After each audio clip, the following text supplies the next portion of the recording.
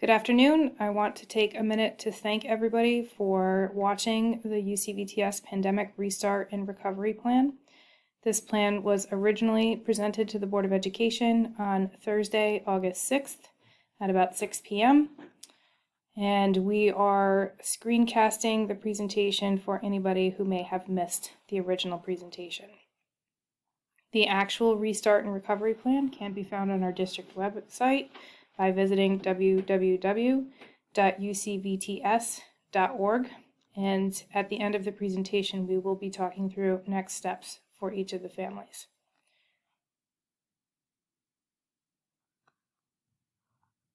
So the plan itself is quite lengthy, 76 pages in length, and though there is a lot of detail included in the written plan, we will spend a lot of our time today talking through the key points that families will need to know or staff will need to know in order to make decisions regarding, in the case of families, whether they're going to participate in remote learning or on-site learning. And we will talk through all of the key factors in that decision-making process. So while there will be many items that perhaps you have questions about after our presentation tonight, because we're just hitting the broad overview, many of those questions will be answered by reviewing the full plan, which can be found on the website.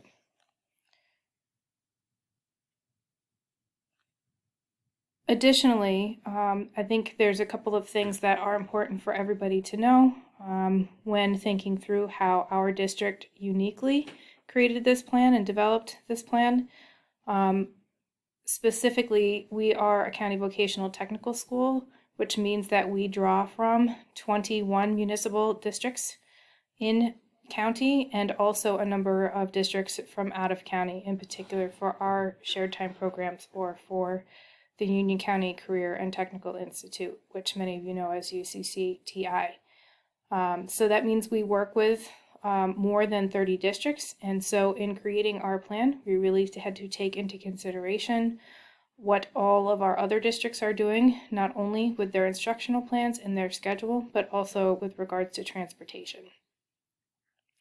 We are a recruitment-driven institution and therefore, again, draw from a number of districts in county, and the reason students choose to come to our campus is because of our career and technical education components.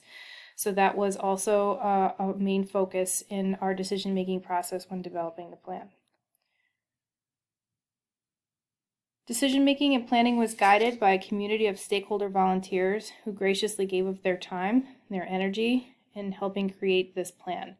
Well, I would like to just take a minute and thank all the individuals who serve and continue to serve on our task force, our steering committee, our subcommittees, and the building level pandemic response teams. Though the circumstances have been quite challenging, the work and the collaboration that we have seen throughout the planning process will benefit our community long into the future. Their professionalism, their work, and their commitment to our district is greatly appreciated. We did receive a strong response from our initial survey that went out on July 20th to families, and I also wanted to take a moment to say thank you to all the families who took the time. It influenced our decision-making and our planning with regards to the Restart and Recovery Plan also. Additionally, the UCVTS Restart and Recovery Plan provides a variety of critical information to stakeholders as per guidance outlined by the New Jersey Department of Education in their document, which is titled The Road Back Restart and Recovery Plan for Education. It was released at the end of June, and all of the planning that we did in district is in alignment with New Jersey Department of Education guidelines. They defined 4 key subject areas of which our plan follows. Those key subject areas are conditions for learning, leadership and planning, policy and funding, and continuity of learning. So protocols have been created which give consideration to daily operations, including a variety of faculty, staff, and student procedures for safety protocols, for practices related to COVID-19 pandemic specifically. They define a phased district reopening scheduling plan. They talk about technology readiness and about career and technical education considerations specifically. Student and staff safety is prioritized throughout the plan and provides choice for members of our community in making important family and personal decisions. So all of the planning that was done is done with the understanding that it is important for families and people to be able to make decisions that are unique to them, to their students, and to themselves with regards to attending on-site instruction at UCVTS. We are really proud of the work that's been devoted to the planning and development of our Restart and Recovery Plan, and we are confident that the plan well addresses the needs of our specific community. While the planning process and the document will be fluid as the circumstances change and as we grow in our practices, we do have a solid foundation from which to build in our initial draft of the Restart and Recovery Plan.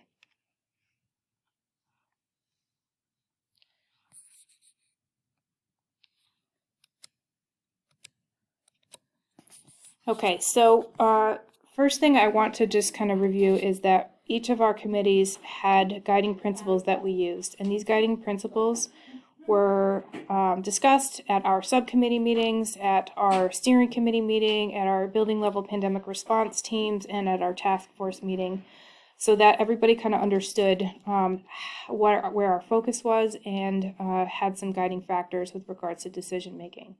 So safety and well-being of students and staff is at the top of our priority. Obviously, we're looking to prepare for hybrid, full remote, and full on-campus learning, and we are exploring all options. And so while right now the mandate from the Department of Education is that all schools must prepare for some form of on-site learning, that means that we know that all virtual is not something that we are permitted to plan for. It is, in fact, important for us to plan for that so that we can discuss why such a scenario may not work at this time. Or, for example, if we were planning for everybody to come back fully to campus, why is it that that wouldn't work for us at this time so that we can plan and make decisions for the things that we know will work right now? Be able to explain why something would not work is a mechanism that we use to help us decide what would be a best fit for our campus. Of course, I mentioned we're a career and technical education institution, so prioritizing CTE and similarly science for on-campus learning was really important to us in our planning process. It is much harder to teach class, for example, like welding from home, where there are many hands-on types of components that are critical to the career and technical education learning environment. And finally, all of our plans must provide equitable access to learning opportunities for every one of our students. So I'm going to talk just a minute about the collaborative process. This is a visual that's designed to describe for all of you how planning happened in district through a committee process. So you can see that we have a guiding task force here, and I will tell you in a minute a little bit about what the responsibilities of that task force is or are, but it's about 50 people, 50 individuals that represent all stakeholder groups a part of our community. And while it would be not practical or efficient for us to meet in a group of 50 people with any degree of effectiveness, these are all people that play an important role in our district's success at all times. And so we frequently, while we had one initial task force meeting, we frequently are going back to these individuals for requests for information or for data, for resources. The committee process itself within the district recognizes first a steering committee, which again has representation from major stakeholders throughout the community. And all decisions that are made are funneled through the steering committee. There's 4 subcommittees that align with each of the 4 different key areas that I spoke of a little while ago, specifically with regards to conditions for learning, for leadership and planning, for policy and funding, and for continuity of instruction. Additionally, and these function similar to the subcommittee process, each one of our schools, our programs, has a building level pandemic response team, and those teams' tasks primarily are dealing with things that would be important to plan for and that are unique to those specific programs. And it could be anything ranging from classroom space and usage to, again, the way instruction looks for a particular career and technical education program.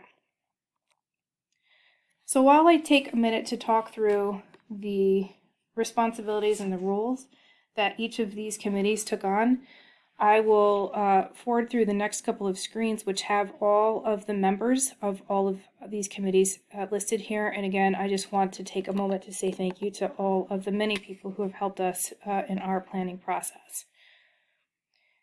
It's also important to note that the road back guidance came out at the end of June.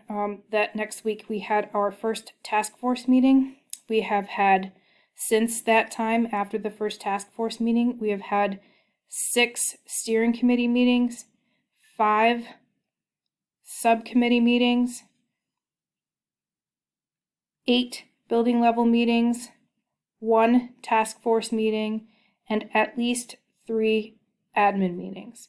So that's more than 43 meetings that have been devoted, and they're lasting anywhere from, on the low end, 45 minutes, and in some cases upwards of 2 hours to meet and discuss all of the questions and projects that are assigned through the committee process. And so that's at least 43 minutes, and it's 126 participants, again representing all different stakeholders who are part of our school community, with many of those 126 individuals participating in more than one committee. So all in all, over 200 representatives that played a role in this important planning.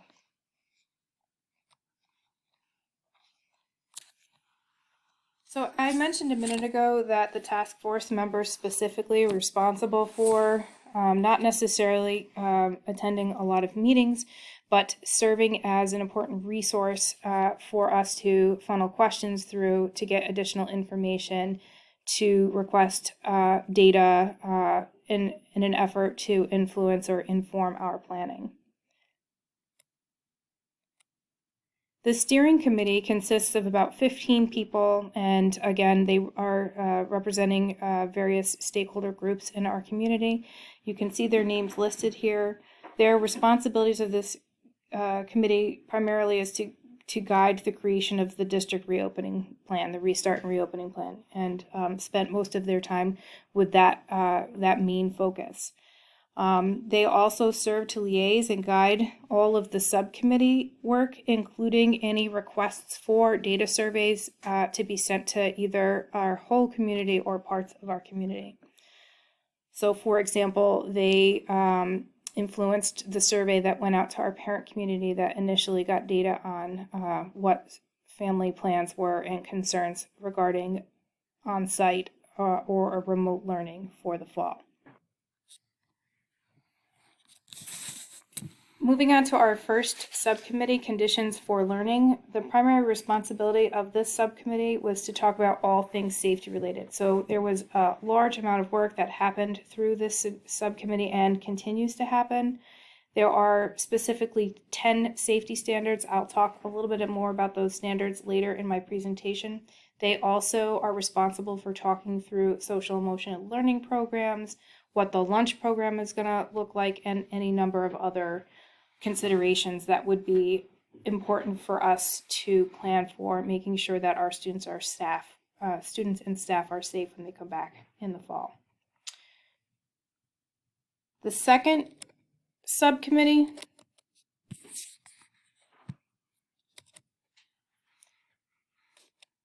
Leadership and Planning specifically deals with what is our schedule going to look like, what staffing considerations do we need to think through with regards to instructional practices or any other considerations, extracurricular activities, and so on. And as listed here, you can see the committee members in each of these subcommittees as well. Policy and Funding Subcommittee, again, and as it sounds, most of the responsibilities of this subcommittee are looking for grants and other revenue streams that we could consider as a part of supplementing our normal budget. At this time, we do know that we will have a reduction in state aid as per what we were expecting when we went through the original or initial budget process in February. And at the end of the summer in August, when the governor announces his new budget, the district may have further financial considerations to plan for with regards to funding for the 2021 school year.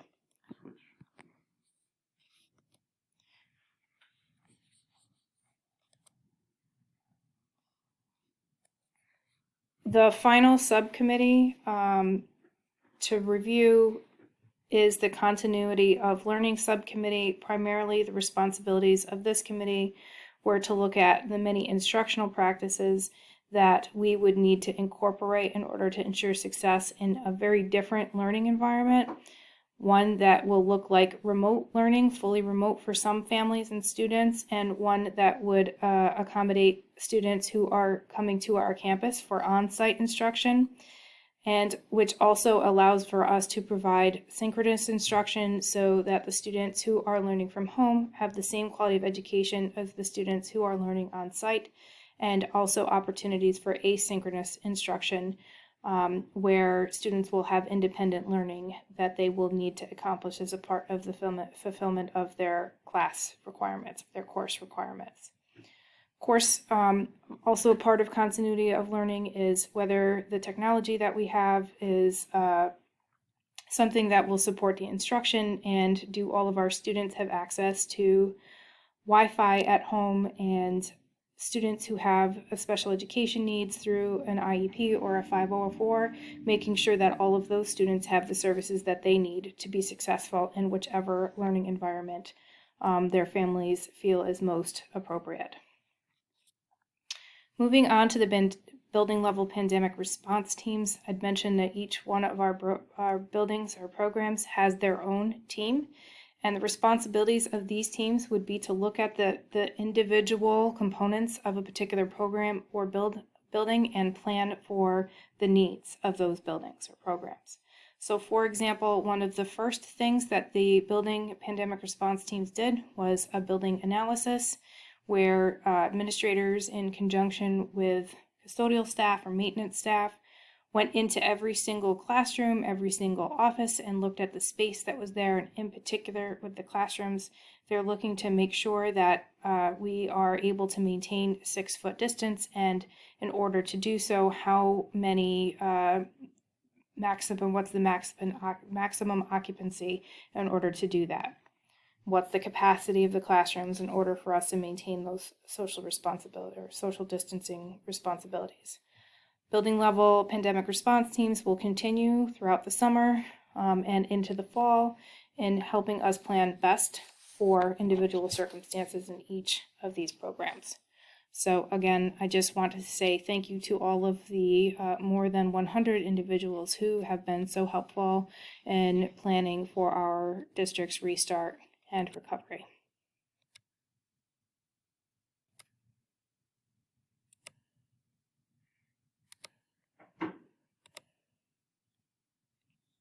I am now going to turn the presentation over to Mr. Smolensky, who's going to talk about the initial data survey that went home to families and the results. Thank you, Superintendent Ryan, and thank you to the Board of Education for the opportunity to present. The survey data we collected in July was very helpful for us to understand the concerns and plans of families with regard to important questions of learning environment preference, transportation, and technology access. We have also been working on surveys that are both back and forward-looking that will be sent out to families to gather more feedback on how remote learning occurred last year and what supports they would benefit from in the upcoming school year. The first question you see is, what scenario would you most prefer for your child's learning environment, with the choices being full remote, hybrid, and full return? While we know that families may adjust their plans based on the plan that is presented, the survey in July showed that there was no majority opinion. The most common answer was a hybrid environment, with 45% of the 1,610 respondents. Next was a preference for a full return with 33% or 524 families, and then 22% or 354 families selected a full remote environment. With regards to technology access, over 99% of the 1,618 respondents for this question indicated that they would be able to provide Wi-Fi access. But this is a question that we will be asking again on the Learning Environment Selection Form that will go out to all 2020-2021 students. With the devices that we have on campus and the hotspots we've purchased, we are confident we can ensure that all students have access to the internet, which will be necessary in a hybrid or remote environment. Finally, 57% or 871 of the 1,529 respondents indicated that they will be comfortable utilizing busing in September. We will also be asking this question again in the form that will be going out pending board approval. So now we're going to take some time to talk through some of the details, and in the beginning we mentioned that these are sort of some key areas that families would need for decision making and that staff would need for decision making, but that a lot more detail is included in the full plan, which is available for review. It's also important to note that when planning, we are really looking at the end game. So we're looking to create a plan that will transition regardless of depending upon the circumstances, and that the planning that we do now will put us in a good position to be able to make those transitions seamlessly. So for example, if the number of positive COVID cases in the state increases and the governor makes announcements about what's expected for schools, then we'll need to be able to pivot accordingly. Vice versa, if the number of COVID positive cases goes down and schools are able to increase their capacity, then we will need to be able to pivot and make that transition as seamlessly as possible. So the plans that we've created, whether it be through any one of the key subcommittees or key subject areas, or in our pandemic response teams, really are planning with the understanding that we need to plan for multiple transitions so that we can spend the later part of our focus dealing with how to make the instruction available to students as effective and successful for our students as possible. With regards to health and safety, conditions for learning involve the social, emotional, and environmental factors that can impact educator capacity to teach and student capacity to learn, including standards for maintaining health and safe school conditions. As schools reopen in the fall, the impact of social isolation on both educators and students is a key area of concern. The health and safety section of our Restart and Recovery Plan identifies 10 critical areas of operation. Throughout the health and safety section, the provisions marked as anticipated standards, as outlined by the NJDOE guidance, are incorporated in related protocols and as detailed in the plan as applicable. I also think it's important to note here that while UCVTS has addressed all of the anticipated minimum standards, we have gone above on many of these anticipated minimum standards, and making sure that we are providing even more consideration to what's going to fit our community and making sure that our students and staff are as safe as possible. So one of the 10 key areas that the Road Back guidance asks districts to develop is for those students and staff who are at higher risk for severe illness, and to specifically designate how these individuals will be protected. All students and staff who are attending campus in the fall will be required to wear facial coverings while at school or on buses, unless doing so would inhibit the student's health or the staff member's health. Those who have documented medical reasons for not wearing facial coverings will be addressed on a case-by-case basis and through conversation between our medical professionals and in consultation with our local Department of Health officials. Face coverings should be provided by the student's family or guardian. The district will reserve a supply of face coverings for students who are experiencing financial hardships. Students and staff members who cannot wear face coverings for health-related reasons must notify the school nurse's office prior to August 21st, 2020. Medical documentation from a physician is required. Staff members are also responsible for wearing facial coverings while at work, and those staff members whose job responsibilities involve increased exposure shall be provided appropriate personal and protective equipment to perform his or her duties. The positions that require the additional PPE based upon their job responsibilities are included in the plan.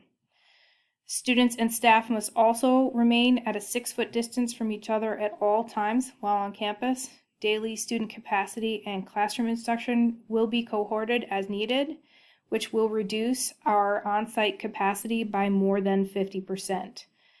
I mentioned before that one of the first things that our pandemic response teams, building level teams, did was an in-depth analysis of our facilities, and it shows that reducing capacity to at least 50% will allow for classroom seating at the recommended 6-foot distance. Students will still be required to wear face coverings, as will staff, even while in classrooms. Visitors to campus will be limited to only those who are providing pre-approved and essential services to the district. All parent meetings will be scheduled remotely, with the exception of those meetings that need to happen via mandatory in-person meetings as part of the special education procedures. Every UCVTS family will have the option to choose a fully remote learning environment if parents or guardians and students feel that the risks of attending on-site instruction outweigh the benefits. A combination of synchronous and asynchronous opportunities will be implemented for students who participate in remote learning at UCVTS. And further on down in the presentation, Mr. Smolensky will talk to you more specifically about what that experience looks like. All students will be given equitable access to learning through technology, through instructional experiences, and through clubs and activities, through the services that they need to be successful, and through our social emotional programs. With regards to staff, reasonable accommodations will be provided to employees who have a higher risk for severe illness, as identified and defined through the Center for Disease Control guidance and applicable law.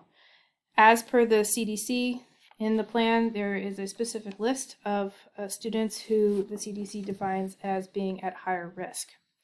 All requests for staff accommodations, medical or otherwise, will be considered through a district-defined and confidential process. Information regarding options which are available will be provided to all district employees to assist with decision-making.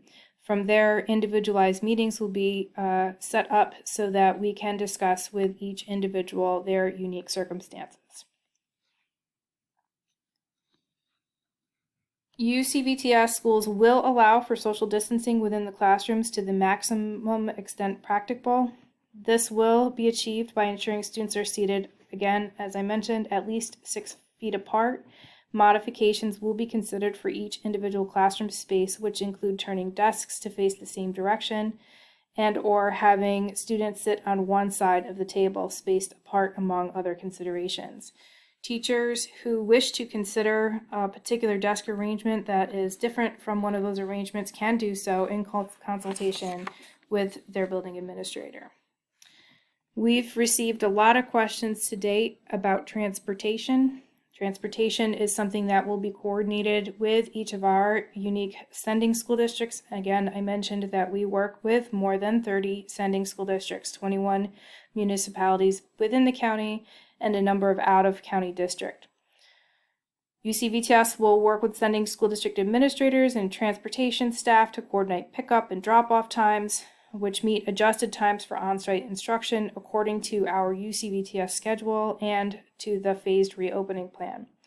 UCVTS will also collect information and recommend procedures where appropriate, which are in alignment with our own safety procedures, including temperature screening and cleaning disinfectant procedures. All students will be required to wear facial coverings on the bus at all times, unless, again, doing so would inhibit the student or staff members' health. Sending district transportation will include zoned drop-off to pick up from UCVTS. There are a number of ways that we could plan for zone drop-off. One of those would be by sending school districts, but that really will be determined once we have our initial information back from families. that determined their preferred learning environment. With regards to screening, PPE, and response to student and staff presenting symptoms, the school district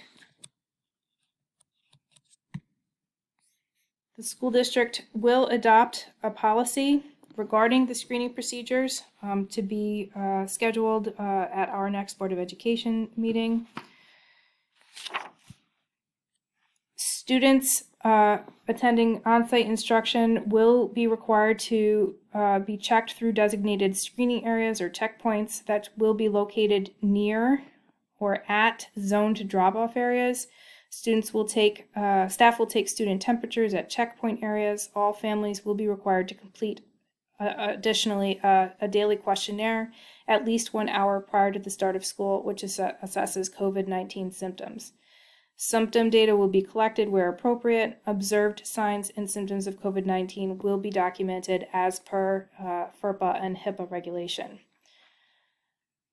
Regarding staff, for confidentiality reasons, all staff will be required to complete a daily questionnaire at least 1 hour prior to the start of school, additionally, which assesses COVID-19 symptoms. Procedures for students who are on campus who are exhibiting symptoms are detailed in our Restart and Recovery Plan. You can see on the screen an example of what one of these, this is cut off at the bottom. It's just the screenshot of part of the flow chart, but we have very specific procedures. These procedures were recommended to us by our school nurses in collaboration with their county local nursing meetings, and is consistent with what the New Jersey guidelines recommend for school districts in assessing students and staff members who may be experiencing COVID-19 symptoms. Students who feel ill will report to the nurse's office for triage through the designated entrance. That entrance will be an entrance, only the entrance, one entrance, which allows for students who are experiencing symptoms to enter and leave from. We will mark the hallways and not allow foot traffic through these areas so as to limit exposure for other students who are not experiencing symptoms. Parents will be contacted and expected to pick up their child immediately if they are found to be experiencing COVID-19 symptoms. Those students or that student will be asked to move to an isolation room and where they will not be in contact with any other individuals. COVID-19 related symptoms will be documented, again, in accordance with FERPA and HIPAA requirements. Parents should contact their child's physician to discuss next steps.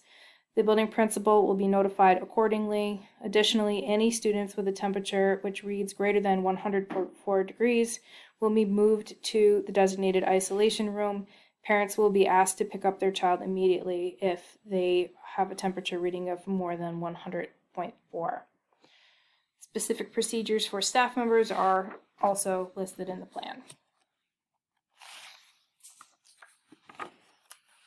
Once again, just a reminder that we're hitting key areas. The plan outlines safety procedures and protocols for much more than what we're covering in this presentation. With regards to something called contact tracing, contact tracing is the process used to identify those who come in contact with people who have tested positive for many contagious diseases. It's been a long-standing practice for things such as measles, HIV, and now, of course, for COVID-19. Close contact is defined as anyone who was in 6 feet of an individual for more than 10 minutes. Contacts are provided with education, information, and support to understand their risk, what they should do to separate themselves from others who are not exposed, how they should monitor themselves for illness, and the possibility that they could spread the infection to others even if they themselves do not feel ill. Contact tracing is primarily handled through the Department of Health, and Department of Health individuals will reach out to families if their names are associated with somebody who tested positive through the contact tracing process. So There are a number of things that our district is doing to prepare for being able to report to Department of Health officials specifically. One of those examples is cohorting students. So you'll see when we talk through the schedule that students are cohorted so that groups of students are kept together throughout our phase 1 and 2 schedule.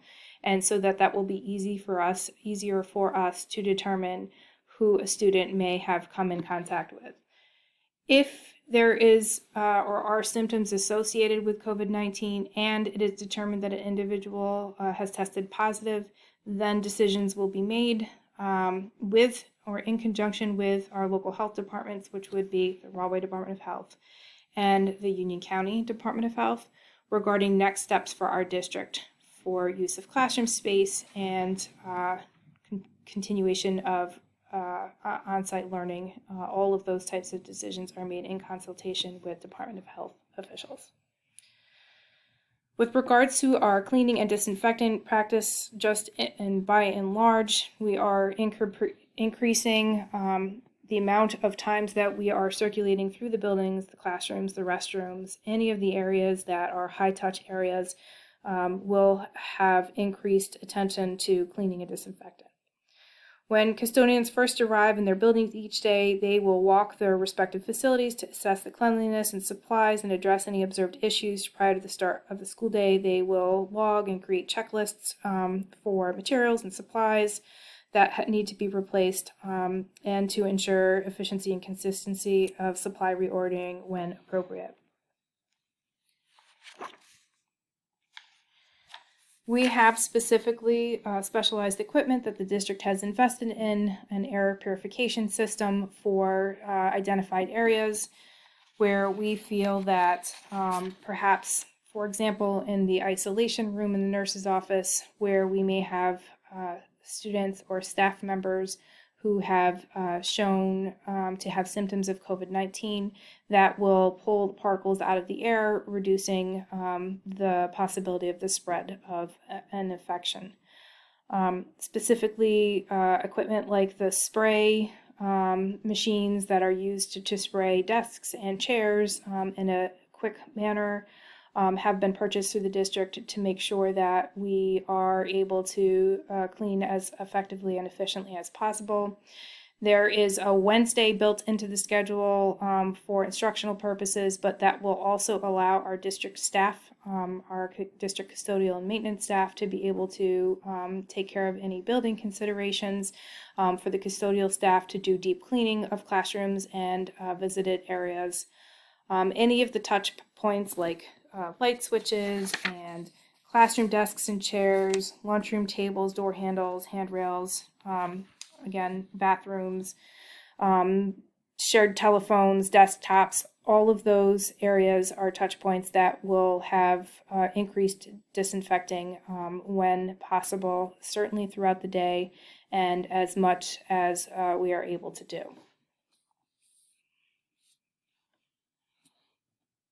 Hand sanitizers and disinfectant wipes will be placed throughout the buildings in key areas. In all of the entrances, students will and staff will see hand sanitizers and dispensers available, and in each of the classrooms. Students will not have access to lockers this year, and again, it's a mechanism or decision made to prevent exposure as much as possible. Many parents and staff members have questions about the products that are being used. As per school regulation, any chemical that's used for cleaning practices or even is housed on district must be registered through the EPA.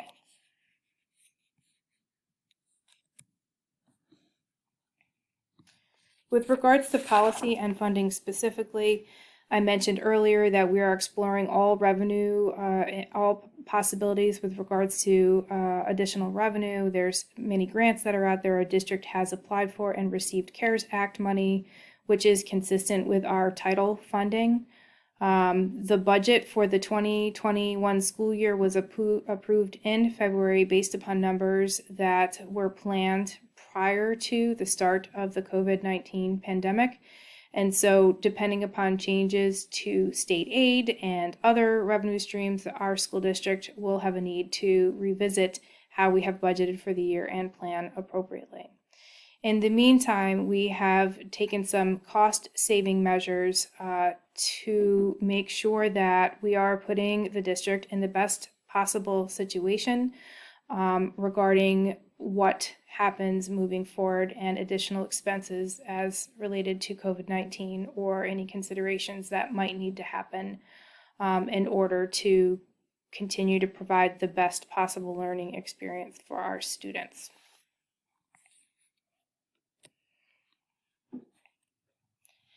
This time, I'm now going to turn the presentation over to Mr. Smolinski again, who is going to start by talking about social emotional learning and move on to other considerations.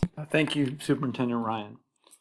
One of the overarching realities that we will be facing in 2020-2021 is a learning environment that is different from one that we have experience in.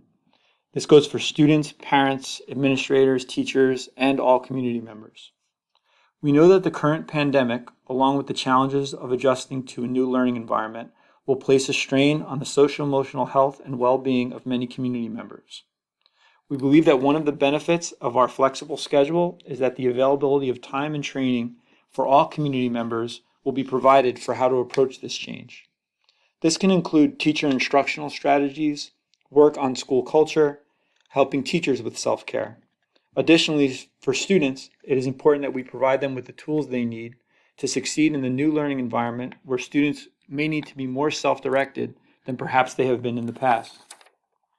Committees are working on infusing social emotional learning in the hybrid environment directly in fitness classes, and there are also work being done to plan for teacher and student resources and training in September and in an ongoing fashion. It is important to note that our special services team have been key members on several of our committees and have been working hard to ensure that the new learning environment will not compromise the services delivered to our special needs students.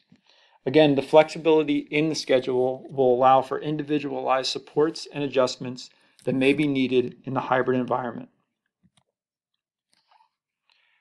When discussing the schedule, I would like to acknowledge the work of subcommittee members Marissa Ackerman, our supervisor of counseling, Jen Size and Luke O'Connor, who are UC Tech and APA teachers, for their help in providing the steering committee with a comprehensive understanding of the complexity in choosing a schedule. When looking through scheduling options, we would like to share some of the considerations that were thought through. Health and safety led to decisions such as staggered dismissal and increased travel time on campus, and a pre-block period to safely receive and screen students every day. Seeking the best possible learning environment led to decisions such as the Wednesday virtual day schedule and structured work time for students to supplement in-person instruction that will be discussed in more detail later. The new environment, as discussed, will require front-loaded training and ongoing support for teachers and students. We believe that the phased-in schedule will allow for more learning opportunities to prepare and succeed within this new environment. The reality is that we have never been in a position to address the logistical concerns of screening, cleaning, and other logistical tasks that will be part of our plan. Therefore, we are beginning with a phased re-entry plan that will increase class minutes as we progress through the plan. We also recognize the need to create a plan that would not create financial and logistical burdens on sending districts for transportation. We sought to create a schedule that would work with our 21 Union County partners and the additional sending districts for shared time. Finally, going to remote learning this past March was a challenge that was helped partially by the fact that students had been in the district for more than a full semester. In September, we know that it will be important to be creative in welcoming and orienting students who are coming to UCVTS for the first time. The Phase 1 schedule, which you will see is only from September 8th to 11th, provides this time for orientation. I will now be providing an overview of the phased re-entry plan. Bell schedules and more detailed information will be presented after an overview of the 5 phases. Phase 1 is a 4-day period that allows for grade 9 students to come to campus, while all grade 10 through 12 students will participate remotely. September 8th and 9th will be orientation days for full-time students to meet their teachers remotely, and classes would begin on September 10th.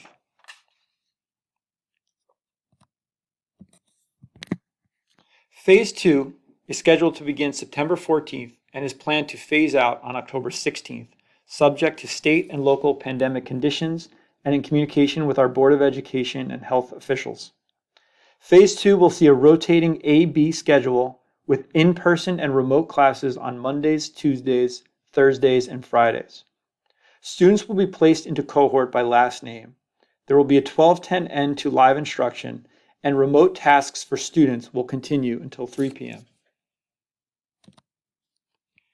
Phase 3 is scheduled to begin on October 19th. In this model, the same conditions as Phase 2 would apply, except that would eliminate the remote tasks period and increase class time to 70-minute periods. Phase 4 would likely be implemented in a time with significant improvement in the COVID-19 conditions. This would allow us to bring back all students and eliminate the cohorts of students. If remote learning is still implemented and students choose to stay home, we would continue with a similar schedule to Phase 3, except with 65-minute class periods to account for the need to provide lunch to more students throughout the day. We would move from a 70-minute lunch to a 70-minute lunch in this model. Phase 5 is envisioning a full return to normal with the rotating A-B schedule, 82-minute classes, and all students on campus. I would now like to show examples of the bell schedules for the phases, and we will also address what full remote learning, the Wednesday schedule, the shared time, adult, and Simon Youth and Recovery High School schedules could look like as well.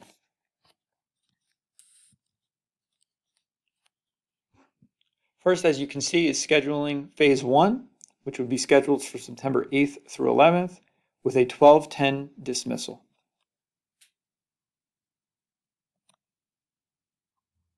Grades 10, 11, and 12 students would follow a similar schedule with class times, with structured remote classwork until 3 p.m. Scheduling Phase 2, scheduled to begin on September 14th, and with an anticipated end date of October 16th, would see 50-minute classes with a 12:10 dismissal time and a structured remote learning class time for asynchronous tasks for students to complete. Crucially, the 1 o'clock to 2:50 block for teachers would allow teachers time to make the necessary adjustments to the new learning environment that our teachers and students will find themselves in September. Scheduling Phase 3 will allow for 70-minute classes with a 40-minute lunch and a 2:10 student dismissal time. Crucially, this will also allow for an extra 40 minutes a day for teachers to make videos and do other instructional activities that will be conducive to a hybrid learning environment.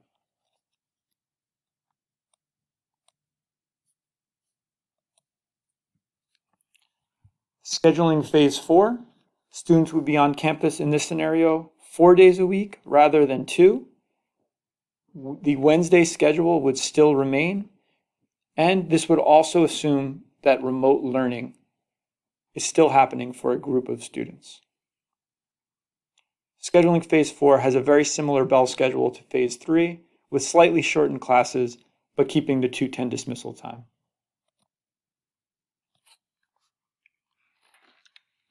Shown here is our Wednesday schedule. What we are losing in hybrid learning in our first phases is the vital co-curricular time where teachers would be able to work with students on an individual and small group basis. And also, this provides time for students to work with each other, attend extracurricular meetings, and other social activities. As discussed prior, research on hybrid learning shows students who have an advanced ability to self-direct will be more successful and have fewer challenges. Wednesday is a day to provide support for students, for them to work with counselors, work one-on-one with teachers, work in small groups with their classmates, and also to meet with clubs and other extracurricular activities. The Wednesday model for remote learning will be implemented in phases 2, 3, and 4.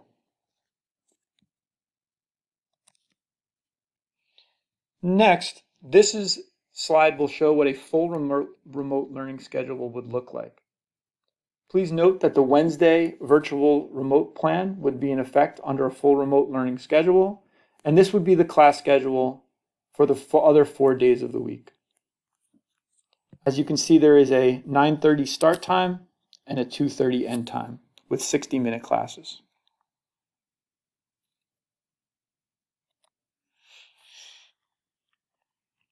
Pictured are the shared time academy schedules for non-cohort programs. The non-cohort model will allow for programs with class-based enrollment that can meet social distancing standards to meet 5 days a week on campus.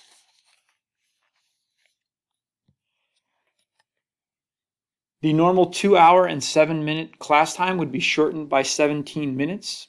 However, we believe that supplemental language arts and math instruction that can be delivered remotely will allow for more time for students in these classes. The staggered dismissals would begin at 9:50 for the AM students and at 2:15 for the PM students. For shared time programs who will need to implement a cohort model, they would follow a rotating A-B schedule 5 days a week.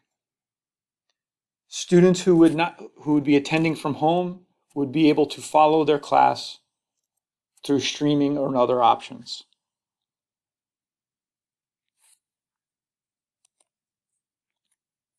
For our adult program, we will run a traditional schedule, although with social distancing requirements. There are alternate sites that we will have to use because of the logistical challenge of cleaning the rooms in between sessions. You will also see a pre-block period for screening and other logistical tasks. Finally, for our Simon Youth Academy and the Raymond J. Lesniak Experience, Strength, and Hope Recovery High School schedules, these schools will be following a cohort hybrid model with 50% of students attending in person and 50% joining remotely on Mondays, Tuesdays, Wednesdays, and Thursdays. On Fridays, students will take place in social emotional learning activities, individualized small group extra help, and other structured schedules. All students would attend remotely on Fridays. Students will be placed in cohorts with a 9 o'clock start time and a 2 o'clock end time with 60-minute blocks of instruction. Also, lunch will be provided to students at SYA and RHS each day.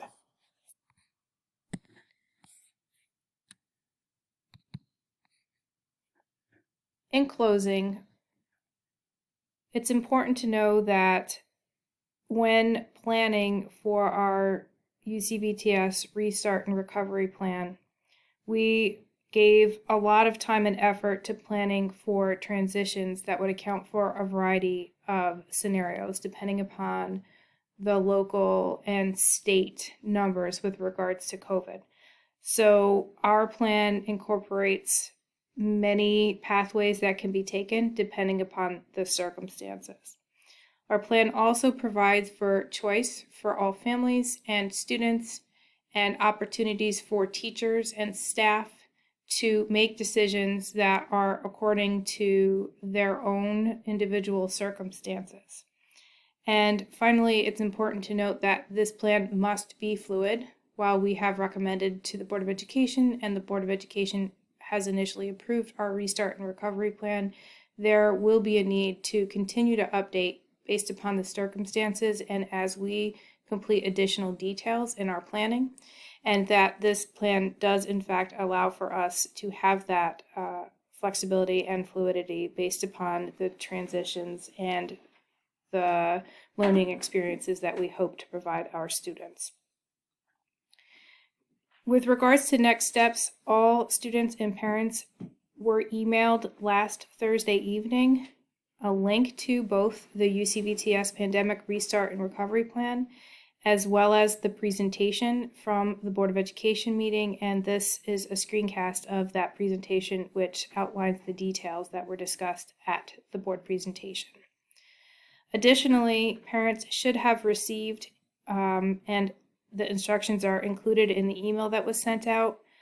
An email from gryan@ucvts.org via SurveyMonkey that requires that families submit a form where they tell our school district what the preference is for their learning environment, whether that be on-site, in-person instruction in September, or in a remote learning setting. We ask that these forms be completed as soon as possible, but no later than August 14th, and we encourage you to read through the full plan and making your decisions regarding what's best for your families. Also included with the email that was sent was a link to 2 surveys. One is a student survey and the other is a parent survey. And we ask that those respective groups please complete the survey, which is a reflection of our instructional practices and program available via the remote learning setting that happened this past March, April, May, and June. It is very important that we collect as much information as possible about our students' experiences and our parents' understanding of our students' experiences so that we can best inform growth within our district. We want to make sure that this experience is the best possible experience and that students are able to use this opportunity as a mechanism to help them become independent learners and thinkers long into the future, long past when the pandemic is behind us. We hope to be able to help them learn skills that they need to be successful and that are transferable to any career field. Additionally, there is a FAQ on our district website. There's a COVID-19 updates page that's linked both from the pop-up screen on the main page and also just from the main page. There are a number of very important documents. All of the superintendent communications and other resources are posted to this section of our website. The FAQ contains frequently asked questions and answers of those frequently asked questions. Additionally, there is a link included there so that families who wish to ask additional general questions can do so through that anonymous link, and we will do our best to update the FAQ with answers directly to the document on the webpage. If families have specific questions about their children, then we encourage you to please reach out to the building administrator who can either answer the question or direct you to the most appropriate person to ask or answer a question about a specific student circumstance. We have every confidence that the UCVTS Restart and Recovery Plan offers choice for our community members in making important decisions while maintaining the safety for students and staff at all times. Though much is changing and will continue to change regarding the pandemic, and planning for restart and recovery is complicated for many reasons, as is the decision making for families, September will bring the same high quality of education that students who attend UCVTS are accustomed to receiving. Though September will look different this year in 2020, 2021, we still very much look forward to the start of a fresh new school year, and we look forward to seeing you soon.